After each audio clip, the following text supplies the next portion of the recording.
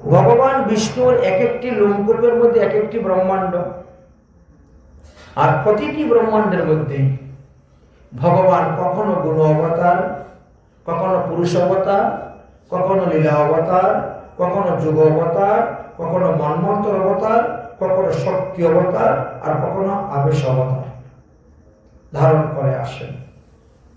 যতগুলি ব্রহ্মাণ্ড আছে, প্রত্যেক ব্রহ্মাণ্ডে ব্রহ্মা আছেন, বিষ্ণু আছেন, মহাদেব আছেন, হ্যাঁ, এবং ইন্দ্রাদি দেবগণ, সপ্ত ঋষিগণ, চন্দ্র সূর্য তারা নক্ষত্র সবই আছে, সব ব্রহ্মাণ্ড চলতেছে। তাই ভগবানের অবতার অগণতি, গণনা করে কেউ শেষ করতে পারবে না।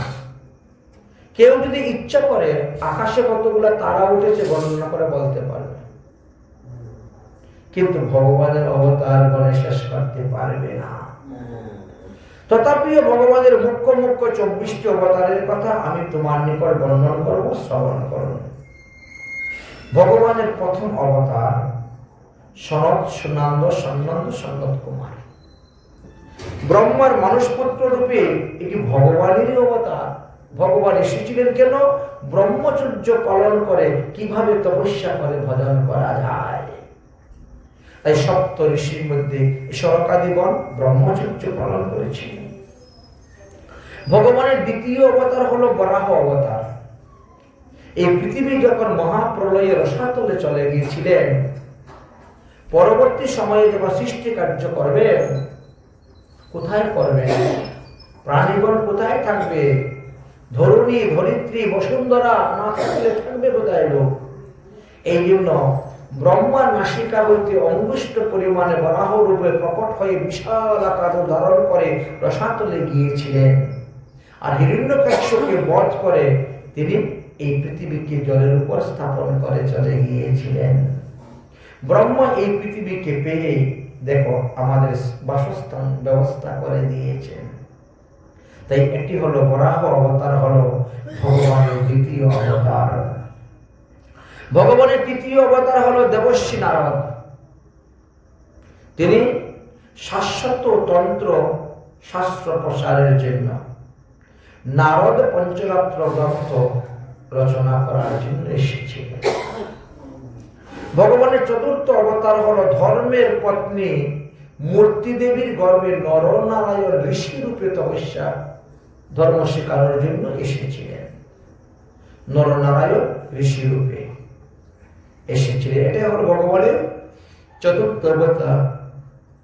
ভগবানের পঞ্চম অবতার হলো কর্দমের পত্নী, কর্দম ঋষির পত্নী দেবহতীর গর্ভে কপিল নামে তিনি এসেছিলেন। যে সমস্ত ব্রাহ্মণগণ আসরিক ধর্ম যাজন করতেছে তাদেরকে বোঝানোর জন্য, শিক্ষা দেওয়ার জন্য, সাংখ্য শাস্ত্র প্রচার করার জন্য তিনি এসেছিলেন। ভগবানের ষষ্ঠ অবতার ছিল দত্তাত্রেয়। অত্রি মুনির স্ত্রী অনুসূয়ার গর্ভে ভগবান দত্তাত্রেয় রূপে অবতীর্ণ করেছিলেন ব্রহ্মজ্ঞান জীবকে উপদেশ দেওয়ার জন্য। ভগবানের সপ্তম অবতার হল মরীচি ঋষির পত্নী আকুতির গর্ভে সুযোগ্য নাম নিয়ে প্রকট হয়ে স্বয়ংভূ মনুকে রক্ষা করার জন্য। ভগবানের অষ্টম অবতার হল রাজা নাভির পত্নী মেরুদেবীর গর্ভে ঋষভদেব নামে তিনি অবতীর্ণ হয়েছিলেন পরমংশ পদ প্রদর্শন করার জন্য। ভগবানের নবম অবতার হল ঋষিদের প্রার্থনায় বেন রাজার মৃতদেহ হইতে পৃথু রাজা রূপে প্রকট হয়েছিলেন। ভগবানের দশম অবতার হল চাক্ষুষ মন্বন্তরের শেষে মৎস্য রূপে আসেন বেদ উদ্ধার করার জন্য। ভগবানের 11 নম্বর অবতার হল সমুদ্র মন্থনকালে কূর্ম রূপ ধারণ করে মন্দার পর্বত তিনি ধারণ করেছিলেন। 12 নম্বর অবতার ধন্বন্তরী মূর্তি ধারণ পূর্বক অমৃতের ভাণ্ড নিয়ে সমুদ্র থেকে তিনি উঠেছিলেন। 13 নম্বর অবতার মোহিনী রূপে প্রকট হয়ে দানবদেরকে মোহিত করে দেবতাদেরকে অমৃত পান করিয়েছিলেন। 14 নম্বর অবতার প্রহ্লাদকে রক্ষা করার জন্য, হিরণ্যকশিপু আদি অসুরকে বধ করার জন্য নরসিংহ রূপে তিনি প্রকট হয়েছিলেন। 15 নম্বর অবতার বামন রূপে তিনি অবতীর্ণ হয়েছিলেন। কশ্যপ ঋষির ঔরসকে আশ্রয় করে মা অদিতির গর্ভ হইতে প্রকাশ হয়েছিলেন। 16 নম্বর অবতার জমদগ্নি মুনির স্ত্রী রেণুকার গর্ভ হইতে ভগবান পরশুরাম রূপে অবতীর্ণ হয়েছিলেন। 17 নম্বর অবতার পরাশর ঋষির ঔরসে সত্যবতীর গর্ভেতে শ্রীকৃষ্ণদেব বেদব্যাস রূপে তিনি অবতীর্ণ হয়েছিলেন। 18 নম্বর অবতার দশরথের পত্নী কৌশল্যার গর্ভ হইতে শ্রী রামচন্দ্র রূপে তিনি অবতীর্ণ হয়েছিলেন। 19 নম্বর অবতার রোহিণীর গর্ভ হইতে বলরাম রূপে অবতীর্ণ হয়েছিলেন। 20 নম্বর অবতার দেবকীর গর্ভ হইতে শ্রীকৃষ্ণ রূপে তিনি অবতীর্ণ হয়েছিলেন। 21 নম্বর অবতার উপধর্ম প্রচার করিবার জন্য তিনি একবার বুদ্ধদেব রূপে প্রকট হয়েছিলেন। 22 নম্বর অবতার বিষ্ণুযশ নামক ব্রাহ্মণের পুত্র রূপে ভবিষ্যতে তিনি অবতীর্ণ হইবেন। বলে আপনি আগে বললেন 24টা অবতারের কথা বলবেন, এখন তো দেখি মাত্র 22টা অবতারের কথা বলা হলো, বাকি 2 অবতার কোথায় গেল? তখন বলছেন একটি অবতার ছিল হংস অবতার, আরেকটি অবতার ছিল হয়গ্রীব অবতার। শ্রীমদ্ ভাগবত মহাপুরাণে 2য় স্কন্ধের 7ম অধ্যায়ের 19 নম্বর শ্লোকে নারদ মুনি ভাগবত ধর্ম প্রদান করার সময় ভগবান হংস রূপ ধারণ করে এসেছিলেন উপদেশ দেওয়ার জন্য। আর ব্রহ্মা যখন একবার যজ্ঞ করেছিলেন, সেই যজ্ঞ থেকে ভগবান হয়গ্রীব রূপে প্রকটিত হয়েছিলেন। অর্থাৎ সমস্ত শরীরটা মানুষের মতন, অথচ মাথাটা ছিল ঘোড়ার মতন, তাই তাকে হয়গ্রীব অবতার বলা হয়ে থাকে। এইভাবে ভগবানের মুখ্য 24টি অবতারের কথা আপনার নিকটে বর্ণন করলাম। তবে এই 24 জনের মধ্যে 24টা অবতারের মধ্যে কৃষ্ণ একমাত্র স্বয়ং ভগবান। কৃষ্ণস্তু ভগবান স্বয়ং, এতে চাংশু কলা পুংশু কৃষ্ণস্তু ভগবান স্বয়ং। তাই শ্রীকৃষ্ণ হলেন কিশোর চূড়ামণি, ব্রজের ব্রজেন্দ্র নন্দন। বেদাদি শাস্ত্র তাহাকে অদ্বৈত তত্ত্ব বলে দিয়েছেন। তিনি সকলের আদি পুরুষ, তার থেকে সর্ব কিছু উৎপত্তি হয়েছে, প্রকাশ হয়েছে। তার দেহটি আমাদের মতো পঞ্চভৌতিক প্রাকৃতিক দেহ নয়। তিনার দেহ সর্বদা সচিদানন্দময়, মাধুর্যময়, পরম মনোহর এবং সর্বদা চিত্তহারী। তিনি চিৎ শক্তি দ্বারা সব কিছুর সুখের আশ্রয় নিয়ন্ত্রণ এবং সকলের ঈশ্বর। তাই তিনি সকলের পূজ্য এবং শিল্প। শ্রীকৃষ্ণ অনাদি পরম তত্ত্ব, তার জন্ম নেই, তার প্রকট লীলা পরিপাটিক রক্ষা করার জন্য তিনি মানুষের মতো দেহ ধারণ করে এসেছেন আমাদের সঙ্গে লীলা করার জন্য। ভগবানের লীলার কোনো অন্ত নেই। তার অনন্ত লীলার মধ্যে 3 শক্তি প্রধান, তাই অন্তরঙ্গা, বহিরঙ্গা আর তটস্থ শক্তি। তার এই লীলা অন্তরঙ্গা, কারণ নিজস্ব ভক্তদেরকে প্রেম নির্দেশ আস্বাদন করার জন্য তার অবতার। বহিরঙ্গ কারণ হলো নাম প্রেম প্রচার করে, জীবকে উদ্ধার করে, জীবের মঙ্গল বিধান করা। আর যোগমায়াই হলো তার এই লীলার আশ্রয় পরিপাটি। একমাত্র ভক্তি, ভক্তের মাধ্যমে, সাধনের মাধ্যমে ভগবানকে জানতে পারে, ভগবানকে চিনতে পারে। পূর্ণতম স্বরূপ অনুভব করা যায় ভগবানের একমাত্র ভজনের মাধ্যমে। স্বয়ং রূপে ভগবান আছেন, বিগ্রহ রূপেও ভগবান আছেন। তাই তিনি তার শক্তি বিকাশ করার জন্য নাম রূপেও তিনি অবস্থান করতেছেন। তিনি নানা ধামে, নানা উদ্দেশ্যে, নানা রূপে, নানা স্থানে নিজেকে প্রকাশ করিয়া থাকেন।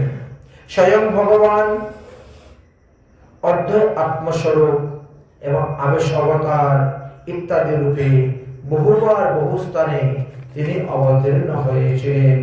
তাই অসংখ্য তিনার অবতার, তিনার অবতারকে বর্ণনা করে কেউ বলতে পারবে না। তবে কোন কোন অবতার অংশ অবতার, কোন কোন অবতার স্বয়ং অবতার, কোন কোন অবতার অংশের অংশ অবতার রূপেও অবস্থান করিতেছেন। ভগবানের এই 24টি অবতার মধ্যে কৃষ্ণ রূপটি স্বয়ং অবতার। এখন ভগবান শব্দের অর্থ কি? বললেন ভগ শব্দের অর্থ হলো 6টি ঐশ্বর্যপূর্ণ। তাই যার মধ্যে 6টি ঐশ্বর্য আছে তিনি হলেন ভগবান। ষড়ৈশ্বর্য পূর্ণ কৃষ্ণ স্বয়ং ভগবান। ব্রহ্মাণ্ডে সদ বস্তু নাহি তাহারি সমান। ঐশ্বর্যস্য সমগ্রস্য বীর্যস্য যশস্য শ্রেয় জ্ঞানম বৈরাগ্যশ্চাপি সারাঙ্গা ইতি ভগ ইতি অঙ্গনা।